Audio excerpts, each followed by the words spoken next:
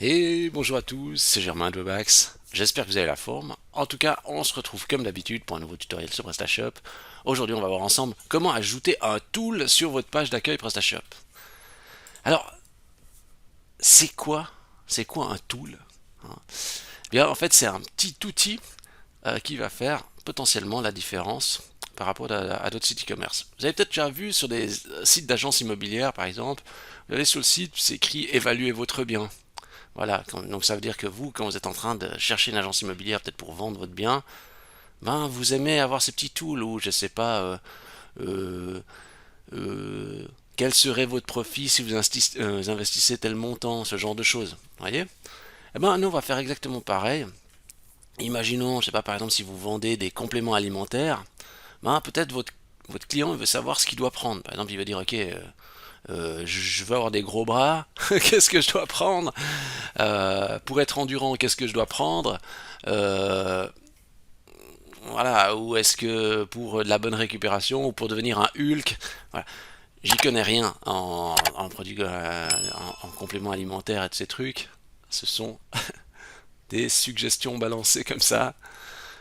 Mais en gros, c'est un petit outil qui permet au client d'aller très vite à l'essentiel, qui permet aussi de montrer que vous avez une expertise. Vous avez un petit outil qui fait ça, donc vous avez une expertise sur la chose.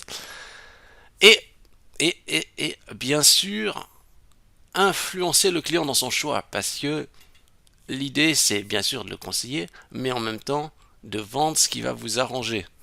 C'est-à-dire les produits sur lesquels bah, vous avez peut-être les meilleurs prix, vous savez qui sont les meilleurs, parce que vous savez qu'il y a seulement une partie des produits bah, qui font vraiment le gros de votre chiffre. Donc l'idée, c'est aussi de pousser encore plus en avant ces produits-là. Et on va voir comment on peut le faire, parce que, à nouveau, notre pote ChatGPT vient nous aider pour cette mission. Je crois que tout est dit. C'est parti, on y va, go. Alors, ce qu'on va faire, c'est qu'on va sur notre PrestaShop. Voilà, voilà. Alors, avant de faire quoi que ce soit, on va aller désactiver tous les caches, etc. Donc, on va aller dans les paramètres avancés performance. Il faut mettre recompiler les fichiers de template sont mis à jour, mettre les caches, on met un nom et désactiver ici tout ça. Voilà. Il faudrait que je refasse une réinstallation d'un nouveau Presta. Là, il commence à venir. J'allais dire un peu sale. Il y a plein de vieux trucs qui traînent là. Ouais, c'est ça. Ouais. Je prends note sur un post-it. Installer le nouveau Presta. Ouais. Faut que je fasse les choses un peu à mesure parce que je sens que vous êtes comme moi, hein, j'imagine. Il y a tellement de choses à faire. To-do list de fou. Mais voilà. Ça veut dire que c'est bien parce qu'on est en train de faire des choses. Donc, ok, maintenant ce qu'il va faire, c'est où est-ce qu'on va mettre les éléments là. Donc c'est ce tool. Moi je pense qu'on va le mettre dessous la, dessous la bannière de page d'accueil. Après c'est discutable, on pourrait le mettre, hein, on pourrait le mettre n'importe où, mais si je prends une position, je me dis ok, je vais le mettre sur la page d'accueil. Ok. Donc ce qu'on va faire déjà, c'est qu'on va essayer de tester, voir si on arrive à mettre un petit bout de texte pour voir si ça affiche là. Donc je vais aller dans thème classique, module, PS Image Slider, View, Template, Hook. Là, je suis en train de faire une poésie. Voilà, ok. Ici, j'écris un petit bout de texte. Je fais test. J'enregistre et je viens recharger ma page juste pour voir si le test affiche. Oui. Donc ça veut dire que là, il faudrait que je mette mon tool. Bon. Et maintenant, c'est justement qu'est-ce que je vais faire, comment je vais faire pour avoir un tool. Alors, euh, euh, j'allais dire, en fait, je pensais pas vraiment faire ça. Euh, sur Code Canyon, par exemple, il y avait pas mal de codes. Euh, euh, je me demande, j'ai même pas pensé à regarder, mais qu'est-ce qu'il y a? Jet plugin. Je regarde un peu ce qu'ils ont. Ah ouais, ouais, ouais, voilà. Oui, il y a des trucs comme ça. BMI Calculator hein, pour Android. Mais nous, là, j'y connais rien. Hein, j'ai pas. Mais en gros, c'est savoir si tout est ok, quoi. Si, ouais, si t'es en forme, enfin, si t'as le bon poids par rapport à toutes tes informations, etc. Voilà. Ben, nous, notre but, c'est de faire un tool comme ça pour aider le client. Mais ça peut être vraiment dans n'importe quel domaine. Dans tous les domaines, euh, ça pourrait être, j'en sais rien, imaginons même, si je vends des modules, ça serait, voilà, quel est qu'est-ce qui est le plus important pour un site PrestaShop, qu'est-ce que vous devriez absolument avoir, je donne quelques infos, puis après je dis, boum, voilà, c'est ça qu'il vous faut. Si c'est pour le choix d'un canapé, ben peut-être c'est quel genre de dans le salon vous aimez être bien vautré, vous aimez bien être que ça soit beau, et vous aimez bien que voilà pour vraiment aider le client à trouver le bon truc quoi. Mais il faut vraiment comprendre le client quoi. Euh, il n'y a pas besoin de faire un truc extrêmement compliqué d'aller voir.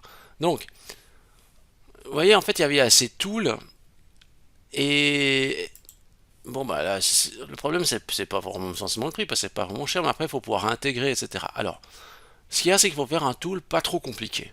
Donc il ne faut pas qu'il y ait 36 000 choses techniques à mettre dedans.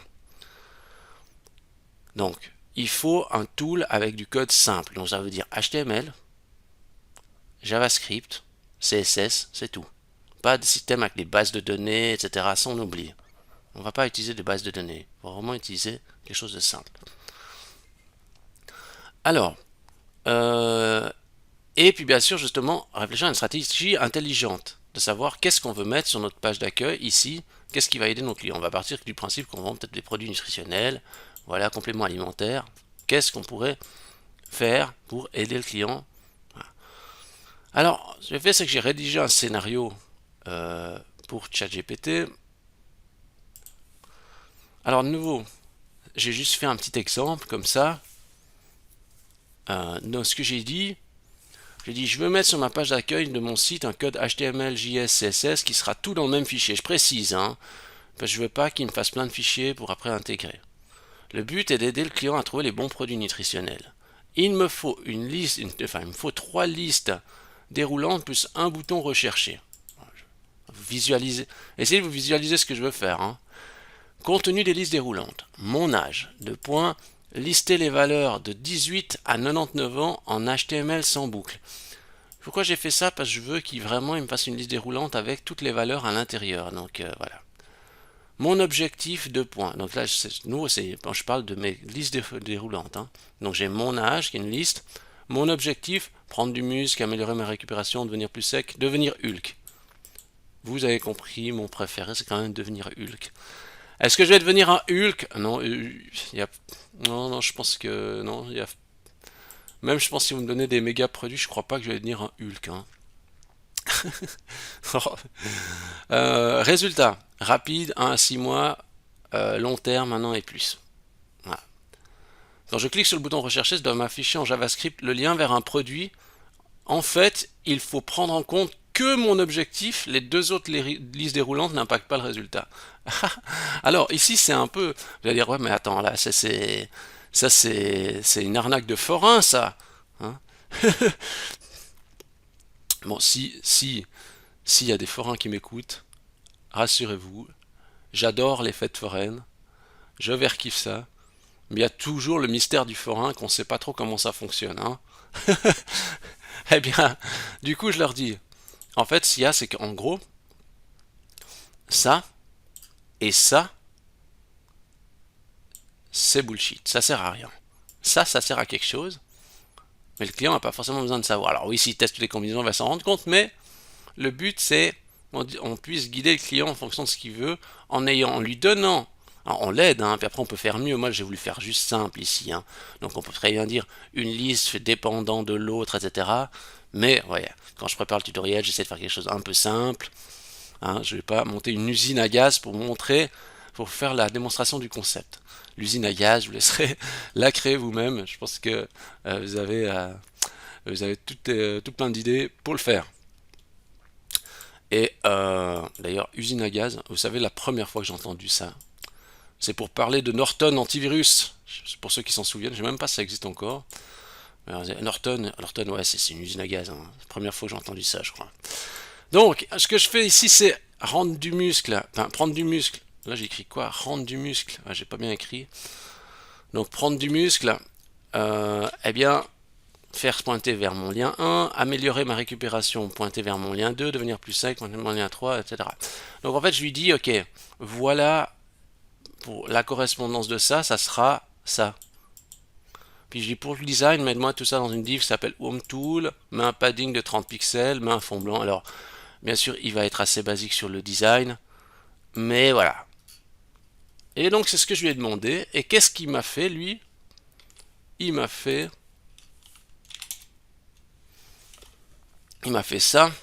Voici mon exemple. Voilà, là, là, là, là, là, là, là. Alors, vous remarquez que ici sur l'âge, ben, au début, il avait fait une boucle PHP. Sauf que moi, ça va pas parce que c'est dans un fichier TPL, vous voyez. Donc, dans le fichier TPL, je peux pas faire forcément de PHP comme ça.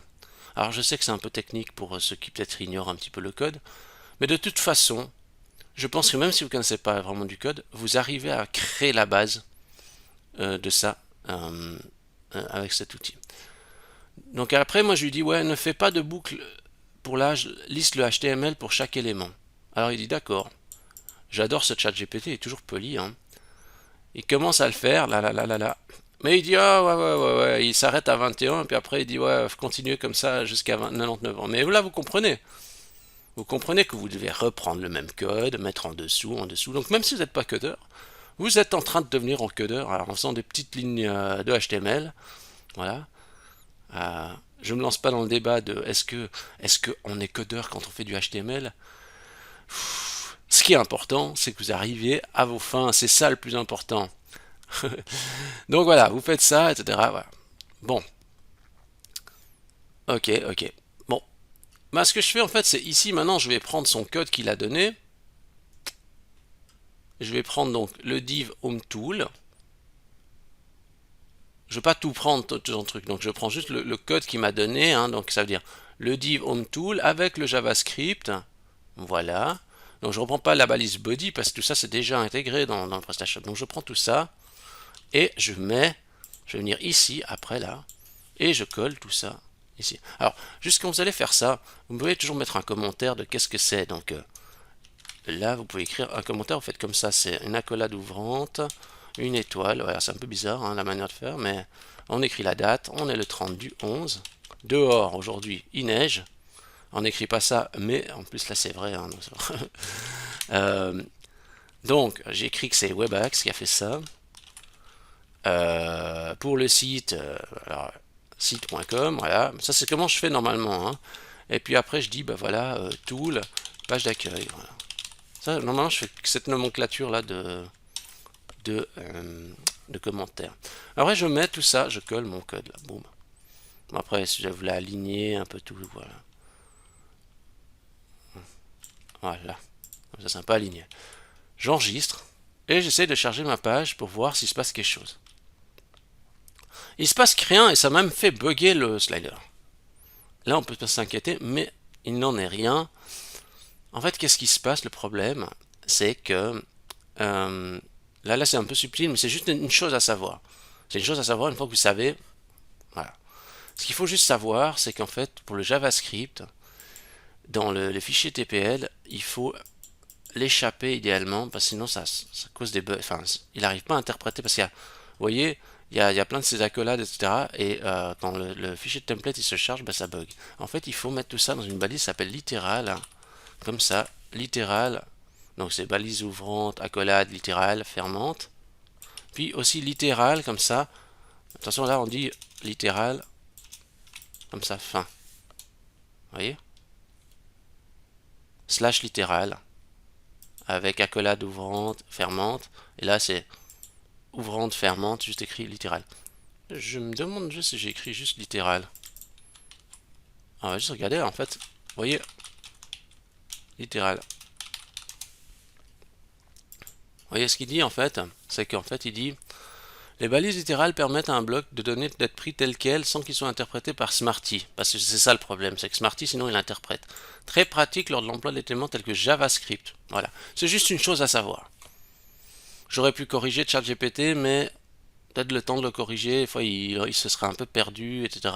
Donc comme on sait la cause, autant voilà, faire cette approche.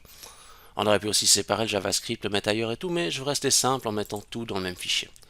Voilà, je fais juste ça, je recharge ma page, une fois que j'ai mis ma balise littérale. Il s'est passé un truc. Regardez-moi ça. Il s'est passé un truc. Par contre, c'est vrai qu'ici, ce que j'ai pas encore pris, ici, vous voyez, il a quand même créé une balise style avec les règles HTML.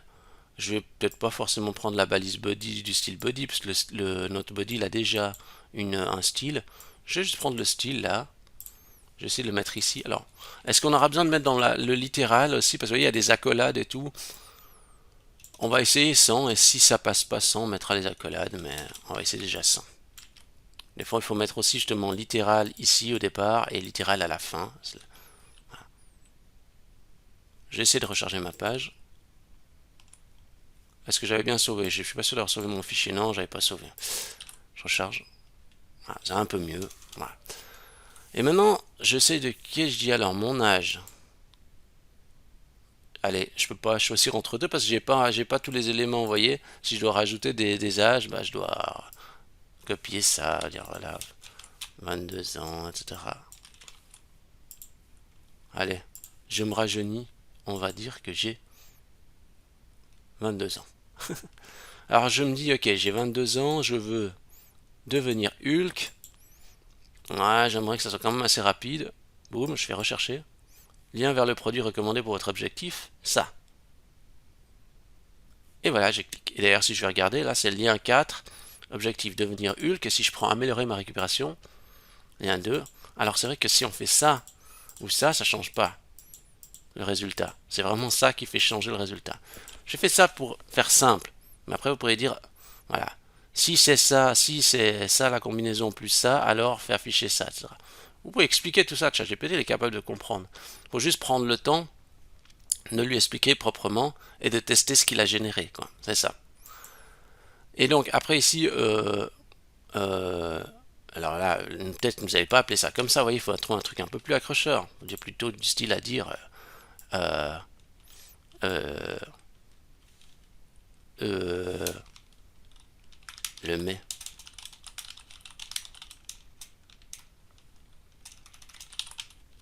J'ai pas. Voilà, voici ce qu'il vous faut, ou alors j'ai pas. Un top body pour l'hiver. Ça n'a aucun sens. Ça n'a aucun sens.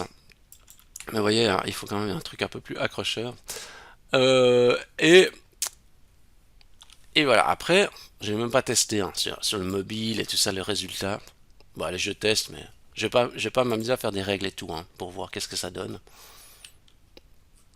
J'ai pas essayé. Qu'est-ce qui se passe? Voilà. Il s'affiche pas parce que le slider n'est pas activé sur mobile. Bon bah écoutez, j'avais pas vraiment pensé à ça, mais je vais aller voir slider, carousel, activé sur mobile.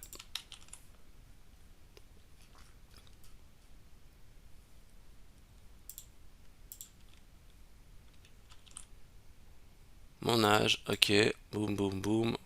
Devenir Hulk. Vous allez croire que je suis possédé par devenir Hulk.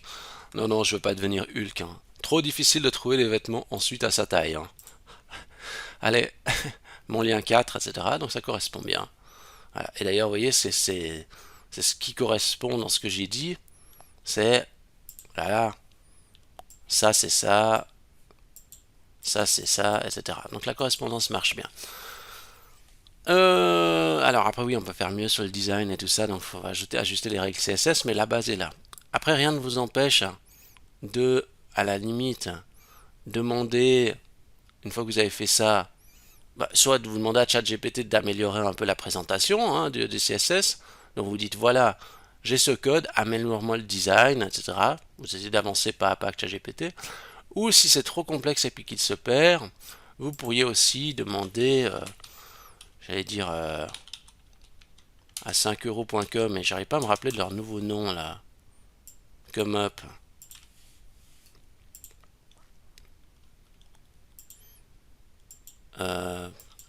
Qu'est-ce qu'il y a? Est-ce qu'il y a ajustement CSS? CSS. J'ai corrigé un bug, un lalala. Ouais, il y en a plein. Ouais, vous pouvez me demander à un développeur. Ouais, ouais, vous voyez, il y en a plein là.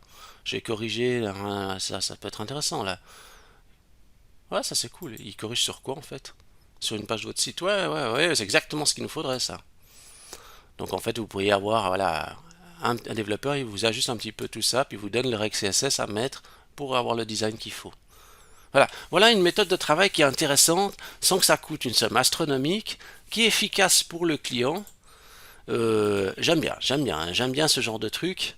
Et ouais, ça me plaît.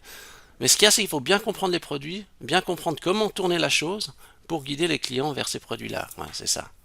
C'est comme je peux pas me prononcer pour tous les business, mais c'est comme ça. Il y a une partie des produits qui se vendent très bien, qui sont destinés à beaucoup de gens, donc il faut vraiment tous les faire tendre vers ça. Voilà.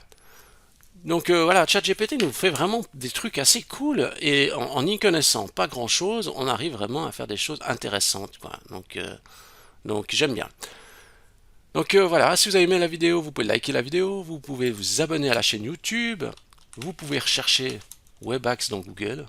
Regardez comme je suis content. Ça me fait vraiment plaisir. Si vous me mettez une petite notation.